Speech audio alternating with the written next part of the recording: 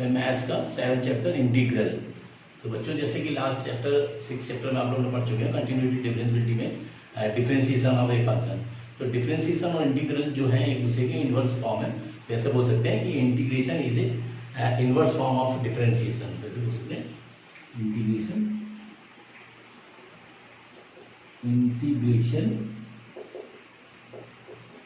Is A inverse process of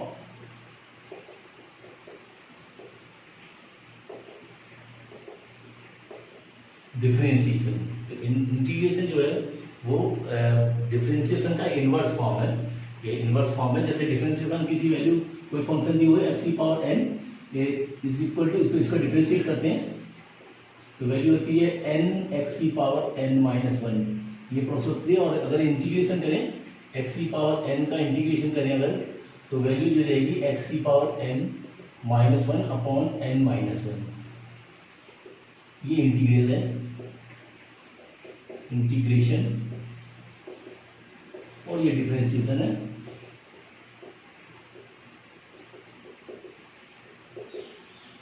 अब ये दोनों एक दूसरे के इनवर्स फॉर्म है। तो सपोज करिए इसको ले लेते हैं।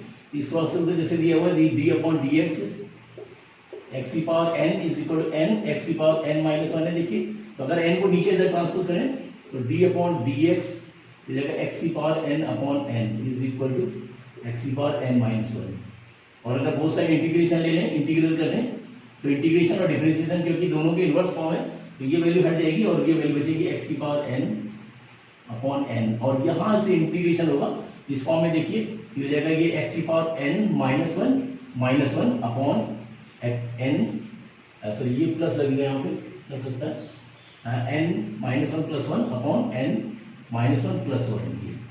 तो यहाँ देखिए माइनस 1 प्लस 1 कट गया, ये भी कट गया, यानी x की पावर n जो आ गया, x की पावर n ये वैल्यू आ गई बराबर। देखिए यहाँ पे भी आ गया x की पावर n अपॉन n। तो ये वैल्यू देखिए, यानी इस किसी वैल्यू को अगर डिफरेंशिएट करेंगे ये वैल्यू आएगी, और इस वैल्यू को इंटीग्रेट करेंगे तो ये रिवर्स फॉर्म जो है वही चीज आ जाएगी। तो इस तरह से बोल सकते हैं कि इंटीग्रेशन और डिफरेंशिएशन दोनों एक दूसरे इनवर्स फॉर्म है। तो ये प्रोसेस, ये प्रॉपर्टी, ये तो इसकी डेफिनेशन हुई। अब इसके अकॉर्डिंग में कुछ प्रॉपर्टीज इसकी भी है।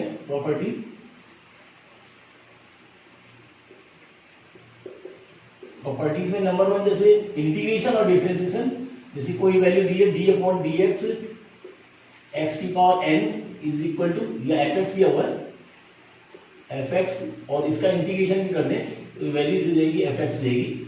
ये यानी डिफरेंशिएशन और इंटीग्रेशन दोनों इनवर्स फॉर्म है। ये वैल्यू हट जाएगी, यानी दोनों वैल्यू हट जाएगी और सिर्फ जो है फंक्शन एफ एक्स बचेगा। तो नंबर 1 तो प्रॉपर्टी ये है।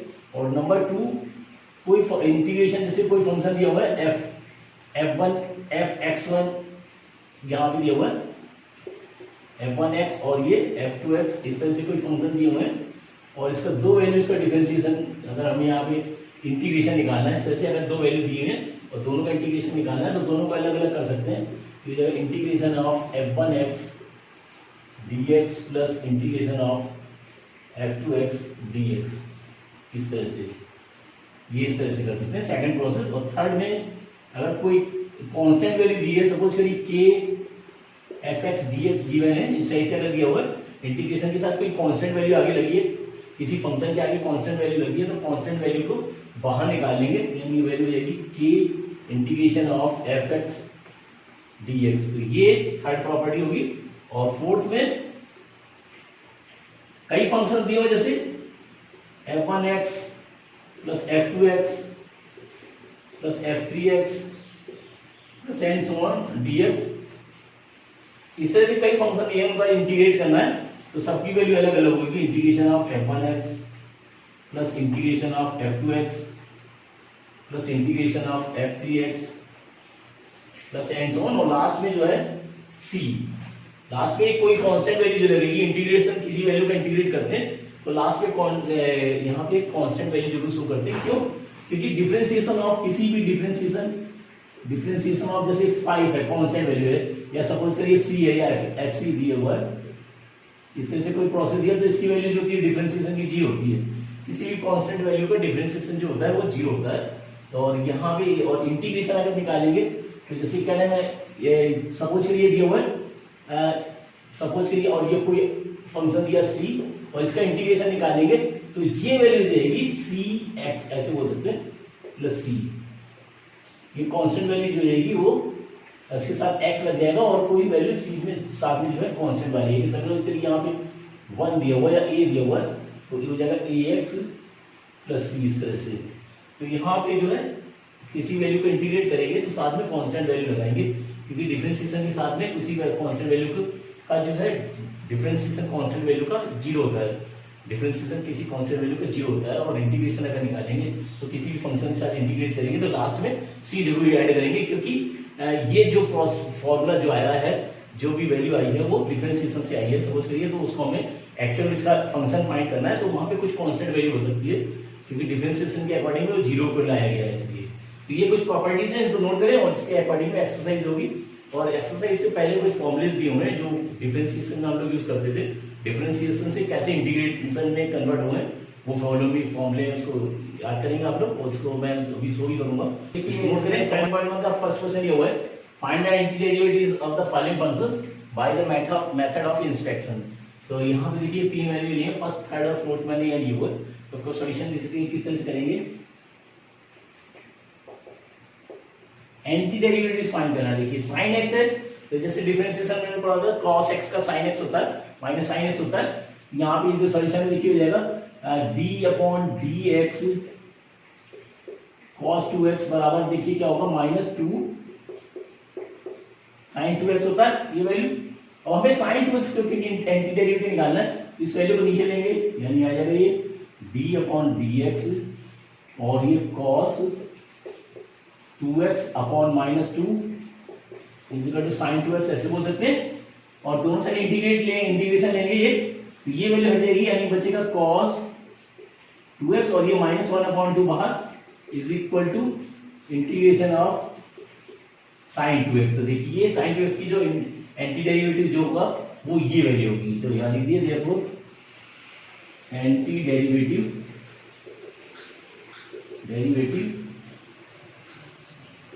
of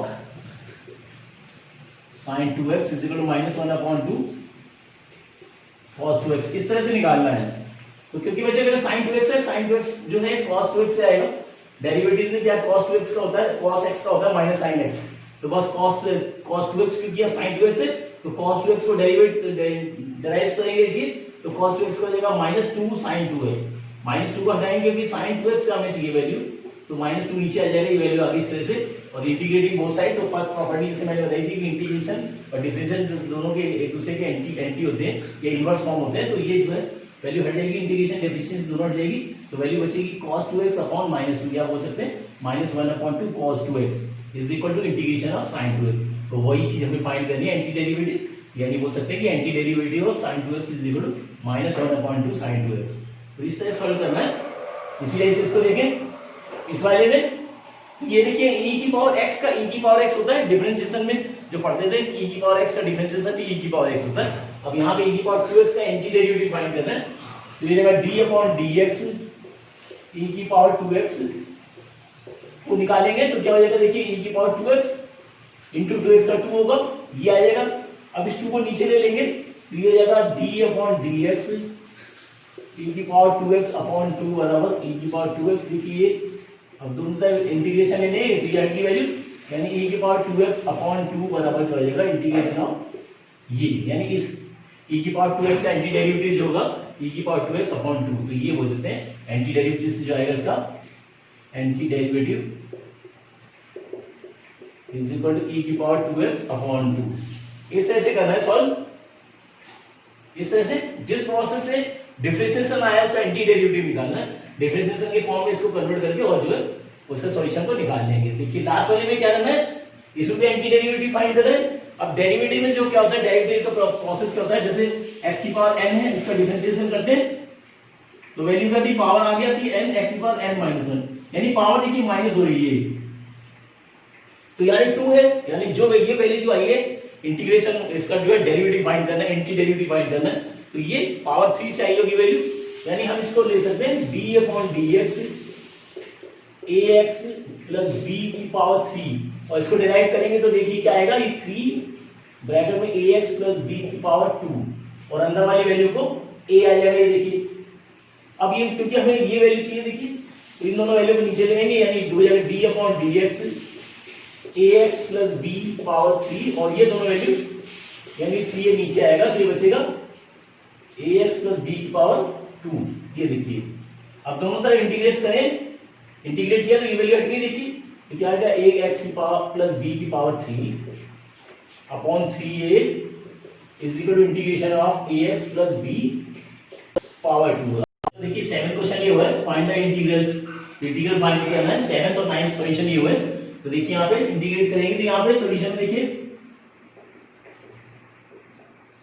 अब यहाँ x स्क्वायर को पहले ब्रैकेट के अंदर मल्टीप्लाई कर देते हैं, तो ये कोई वैल्यू ले ली तो ये हो जाएगा इंटीग्रेशन ऑफ, अंदर मल्टीप्लाई किया तो ये हो जाएगा x स्क्वायर इससे मल्टीप्लाई माइनस यहाँ x और x square upon x square यानी 1 बचेगा dx। अब इसको अलग अलग कर सकते हैं, तो जगह x स्क्वायर dx और माइनस इंटीग्रेशन ऑफ 1 dx। अब x स्क्वायर का आइडेंटिटी वही लगेगी, आइडेंटिटी जो यूज होगी उसमें आइडेंटिटी जो लगेगी हमारी x की power n integration of x की power n is equal to x की power n plus 1 upon n plus 1। तो ये इंटीग्रेशन का प्रोसेस इस कंडीशन में लगेगा, तो यहाँ भी वैल्यू रहेगी x की power 2 plus 1 upon 2 plus 1 this value और माइनस जो है 1 का जो होगा वो हो जाएगा x प्लस c। इंटीग्रेशन में कांस्टेंट वैल्यू जरूर लेंगे, इंटीग्रेट करते समय लास्ट में कांस्टेंट वैल्यू, क्योंकि डिफरेंशिएशन किसी कांस्टेंट वैल्यू का डिफरेंशिएशन जो होता है वो 0 होता है, तो ये इंटीग्रेशन में कांस्टेंट वैल्यू यहाँ पे लेंगे, तो ये वैल्यू देगी x की power 3 upon 3 minus x plus 3। तो ये वैल्यू जाएगी इंटीग्रेशन ऑफ दिस वैल्यू आएगी। तो 7th वाले बस इंटीग्रेट करें, सबसे पहले x स्क्वायर अंदर ले लें और इसको अलग अलग ब्रेक कर सकते हैं और अलग अलग करके इंटीग्रेट कर दें इस आइडेंटिटी के अकॉर्डिंग में। तो इस टाइप से 9th को देखिए करेंगे, यहाँ पे भी दो वैल्यू है तो अलग अलग इसको ब्रेक कर सकते हैं। तो इसको ये कांस्टेंट वैल्यू बाहर आ जाएगी 2x स्क्वायर dx और प्लस इंटीग्रेशन ऑफ e की पावर x dx। इस तरह से ब्रेक कर लिया, सेकंड प्रॉपर्टी जिसे मैंने बताई थी उसके अकॉर्डिंग में कांस्टेंट वैल्यू बाहर आ जाएगी और ये 2 और x स्क्वायर का इंटीग्रेशन करेंगे तो x की पावर 2 प्लस 1 दिस वैल्यू और प्लस e की पावर x का डिफरेंशिएशन भी e की पावर x होता है, तो इंटीग्रेशन में भी e की पावर x का e की पावर x ही रहेगा, तो ये वैल्यू जो रहेगी e की पावर x ऐसी रहेगी और लास्ट में कांस्टेंट वैल्यू, तो ये वैल्यू हो गई 2 और ये हो जाएगा 3 यानी 2/3 x की पावर 3 प्लस e की पावर x प्लस 3। तो ये जो आएगा इंटीग्रेशन ऑफ दिस वैल्यू आएगा। तो बस अलग अलग ब्रेक कर लेना है, कांस्टेंट वैल्यू को बाहर ले लेंगे और e की पावर x का डिफरेंशिएशन e की पावर x होता है, इसलिए e की पावर x का इंटीग्रेशन भी e की पावर x ही होगा, तो ये सेम वैल्यू आ जाएगी और यहाँ पे जो है इस आइडेंटिटी के अकॉर्डिंग में n+1 अपॉन n+1 के अकॉर्डिंग में इंटीग्रेट करके वैल्यू निकालेंगे, तो ये जो इंटीग्रेशन ऑफ 9 का होगा। तो नोट करें ऑप्शन के लिए 11 13 और 15 सॉल्यूशन ये हुए, यहाँ पे देखिए इनके सॉल्यूशन निकालेंगे, यहाँ देखिए सॉल्यूशन में x स्क्वायर देखिए सभी के नीचे है तो अलग अलग इसको कर सकते हैं, तो इस वैल्यू को अलग अलग कर दें तो हो जाएगा x³ upon x square dx इस तरह से देखिए और प्लस यहाँ 5 देखिए कांस्टेंट है, integration of x square upon x square dx और लास्ट वाली वैल्यू -4 कांस्टेंट है तो dx इस तरह से d4 अपॉन d ये x स्क्वायर ऐसे x स्क्वायर तीनों के साथ अलग अलग कर दिया, ब्रेक कर दिया सभी पूरे वैल्यूज को। अब यहाँ देखिए पावर माइनस होगा तो ये हो जाएगा इंटीग्रेशन ऑफ इससे माइनस होगा यानी x dx, देखिए 2 और 3 में से 2 माइनस हो जाएगा तो x बचेगा और यहाँ +5 इंटीग्रेशन ऑफ इसको ये वैल्यू कर दी तो 1 बचा यानी 1 dx और यहाँ -4 और इंटीग्रेशन ऑफ इसको ऊपर ले लेंगे x की पावर -2 dx इस तरह से कर सकते हैं। अब ये इसका इंटीग्रेट होगा तो x की पावर 1 है तो 1+1 अपॉन 1+1 इस तरह से और +5 इंटीग्रेशन ऑफ 1 का x हो जाएगा और -4 और x की पावर -2 है तो देखिए -2+1 अपॉन -2+1 और प्लस c ये इस तरह सबको अलग अलग इंटीग्रेट करें और ये वैल्यू जो आएगी वो होगी x² अपॉन 2 प्लस 5x और यहाँ पे देखिए माइनस के 4 x की पावर ये माइनस जाएगा तो -1 अपॉन -1 प्लस c यानी इस वैल्यू को लिख सकते हैं x² अपॉन 2 प्लस 5x और ये देखिए माइनस यहाँ आ जाएगा तो माइनस माइनस ये प्लस हो गया +4 ये माइनस की वैल्यू है देखिए माइनस है और ये +4 हो जाएगा और ये -1 पावर इसको नीचे ले सकते हैं प्लस सी। तो इस तरह सॉल्यूशन कर सकते हैं, अलग अलग इंटीग्रेट करेंगे तो ये हो गया इसका। इसी तरह से इसको देखें, इसको भी इसमें देखिए ऊपर वाले को फैक्टराइज कर ले, इसमें से दोनों में से x कॉमन अगर ले लें तो यहां से देखिए ब्रैकेट में x कॉमन ले लें तो बचेगा x स्क्वायर कॉमन ले लिया तो बचेगा x माइनस 1 देखिए, और इसमें से प्लस 1 कॉमन ले लिया तो बचेगा x minus 1 upon x minus 1 dx। इस टाइप से देखिए, अब दोनों का अलग अलग ब्रेक कर ले तो वैल्यू देगी integration of X square bracket में X square minus 1 upon X minus 1 dx, और इस टाइप से इसको plus integration of x minus 1 upon x minus 1 dx इस तरह से।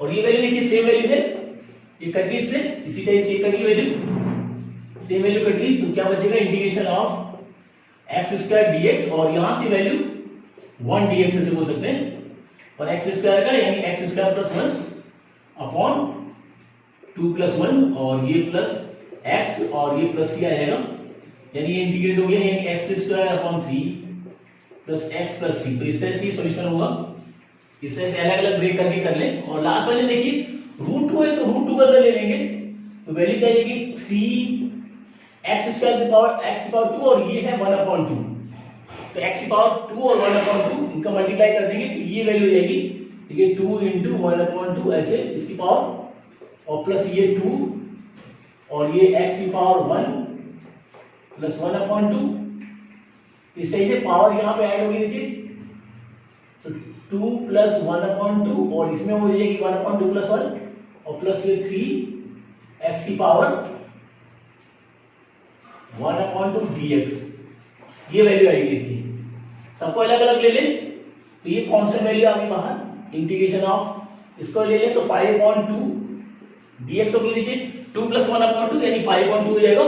इसी टाइप से यहाँ 2 कांस्टेंट आ रहा है तो 2 इंटीग्रेशन ऑफ ये हो जाएगा x की पावर 3 अपॉन 2 dx, देखिए 1 प्लस 1 अपॉन 2 3 अपॉन 2 और ये लास्ट में 3 इंटीग्रेशन ऑफ x की पावर 1 अपॉन 2 dx, और अलग अलग इंटीग्रेट करें तो ये जाएगा x की पावर देखिए 3x की पावर 5.2 प्लस 1 अपॉन 5.2 प्लस 1 ये, और इस वैल्यू को 2x की power 3 upon 2 plus 1 upon 3 upon 2 plus 1, और लास्ट वाली वैल्यू है 3x की power 1 upon 2 plus 1 upon 1 upon 2 plus 1 ये, यानी वैल्यू आ गई 3 और इंटू x की पावर स्क्वायर करें तो 7 अपॉन 2 अपॉन 7 अपॉन 2 देखिए इस टाइप से वैल्यू एलसीएम लेके सॉल्व कर लें, और यहां भी ये प्लस 2 x की पावर यहां ऐड करेंगे तो ये हो जाएगा 5.2 अपॉन 5.2 और प्लस ये 3 और स्क्वायर करेंगे तो x की पावर आएगा 3 upon 2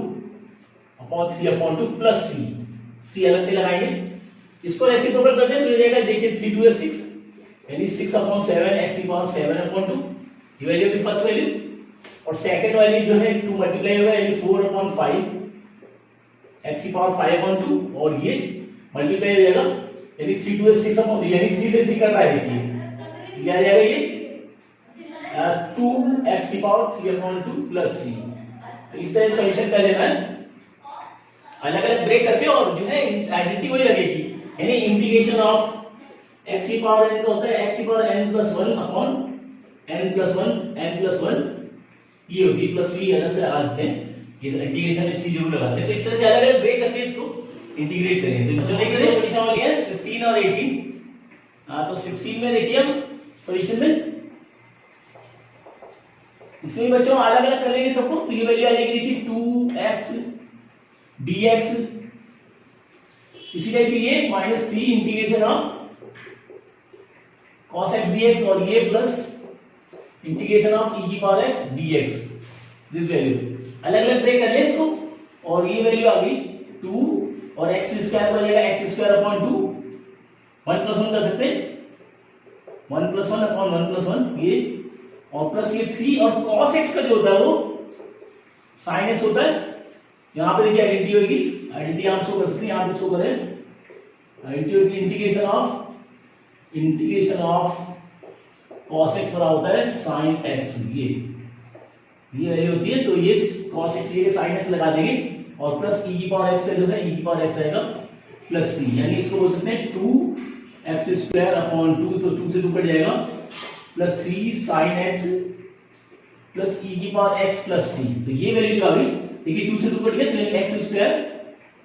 x² plus 3 sin x plus e की पावर x प्लस सी। तो ये जो आएगा इसका सॉल्यूशन आएगा इस तरह से।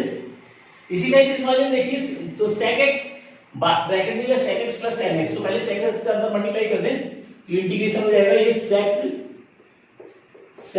x और sec x का tan x है, तो हो जाएगा sec x tan x, ये वैल्यू dx, दोनों को अलग अलग कर लें, तो हो जाएगा sec² x dx plus integration of sec x tan x dx। अब देखिए आइडेंटिटी जो होती है यहाँ पे sec x इंटीग्रेशन जो होता है, इंटीग्रेशन ऑफ sec² x जो होता है वो tan x होता है, और integration of sec x tan x जो होता है वो sec x होता है। तो ये आइडेंटिटी है, आपको आइडेंटिटी याद करनी होगी, सब आइडेंटिटी बुक में दिए स्टार्टिंग में। अगर आपका किसी डेरिवेटिव सबके फाइंड है, डिफरेंशिएशन सबके किसी फॉर्मूले के सभी फाइंड है, तो वो जस्ट इसका एंटी डेरिवेटिव जो होगा वो इंटीग्रेशन होगा। तो बस ये देखिए tan x का जो है डिफरेंशिएशन होता है sec² x, तो sec² का इंटीग्रेशन हो जाएगा tan x। इसी तरह से sec x का डिफरेंशिएशन होता है sec x tan x, तो sec x tan x का इंटीग्रेशन जो होगा वो sec x होगा। तो इस तरह से बस वैल्यू को ट्रांसपोज करना है। तो ये वैल्यू देखिए sec² x को लिखते हैं tan x, और plus sec x tan x का जो हो जाएगा वो sec x हो जाएगा प्लस सी। तो ये जो है इस तरह से सॉल्यूशन कर लेने हैं। तो बस जो है डेरिवेटिव्स आपको अगर याद है, फॉर्मूले डेरिवेटिव्स के फॉर्मूले याद है, तो इंटीग्रेशन के जस्ट उसके एंटी हो जाएंगे, अपोजिट हो जाएंगे। तो sec x जैसे tan x का डिफरेंशिएशन sec² होता है, तो sec² का इंटीग्रेशन जो हो जाएगा tan x हो जाएगा। तो इस तरह से बच्चों नोट करें इसको, जो लिए 19 और 20 लास्ट के हैं, बाकी एमसीक्यूज हैं जो, इनको देखिए सॉल्यूशन क्या करना है। ये वैल्यू दी है, तो इसको sec x को हम cos x में कन्वर्ट कर दें, तो हो जाएगा 1 upon cos² x upon cosec x को, तो 1 अपॉन sin² x dx। देखिए ये वैल्यू आ रही है, दोनों को sin cos में कन्वर्ट कर लिए। अभी डबल फ्रैक्शन हो गया तो इसको रेसिप्रोकल कर सकते हैं, यानी 1 अपॉन cos² x, और ये पलट जाएगा तो ये हो जाएगा sin² x अपॉन 1 dx। देखिए वैल्यू, यानी वैल्यू होगी integration of sin² x upon cos² x dx, यानी वैल्यू होगी 10² x dx। ये अब देखिए 10² x का इंटीग्रेशन नहीं होता है, तो इसको हमें sec में कन्वर्ट कर लिया तो हो सकता है। देखिए तो ये इसको लिख सकते हैं, इस वैल्यू को लिख सकते हैं sec² x प्लस 1 dx। तो 10² x और sec² x प्लस 1 होता है, इसका कर सकते हैं, इसको अलग अलग कर ले, तो हो जाएगा sec² x dx plus 1 dx। देखिए तो sec² x का हो जाएगा 10x, और 1 का जो हो जाएगा x प्लस c। तो इस तरह से सॉल्यूशन कर सकते हैं इसको। 10² x को सेट में ब्रेक कर ले, 10² x बराबर sec² प्लस 1, और sec² x का 10x हो जाएगा, और 1 का जो है x हो जाएगा। तो इस तरह से इसको सिंप्लीफाई कर लेंगे, सॉल्यूशन कर सकते हैं। और इसमें देखिए इसमें cos² x डिनोमिनेटर में दिया है, तो दोनों को अलग अलग ले लेते हैं दोनों साथ। तो ये integration of 2 upon cos² x dx, और माइनस इसको अलग कर ले, तो ये जाएगा integration of 3 sin x upon cos² x dx। इस तरह से अब देखिए 2 कांस्टेंट तो बाहर आ गया, और 1 अपॉन cos² x हो जाएगा sec² x dx। देखिए ये इस तरह से कर सकते हैं, और माइनस 3 देखिए कांस्टेंट है तो बाहर ले लिया, तो sin x upon cos x, यानी इसको लिख सकते हैं हम 10x sec x। इस तरह से लिख सकते हैं। देखिए sin x upon cos x यानी 10x, और फिर ऊपर बचा 1 अपॉन, क्योंकि cos² है 2 बार है, एक बार sin के साथ आ गया तो 10x हो गया, और एक बार अलग हो गया तो sec x हो गया। अब ये वैल्यू जाएगी 2, और sec² x होता है 10x, और माइनस 3, और sec x 10x का sec x और प्लस c। तो इस तरह से ये सॉल्यूशन करें, छोटी छोटी सॉल्यूशन थे, तो इनको कर दें, प्रैक्टिस करें। और नेक्स्ट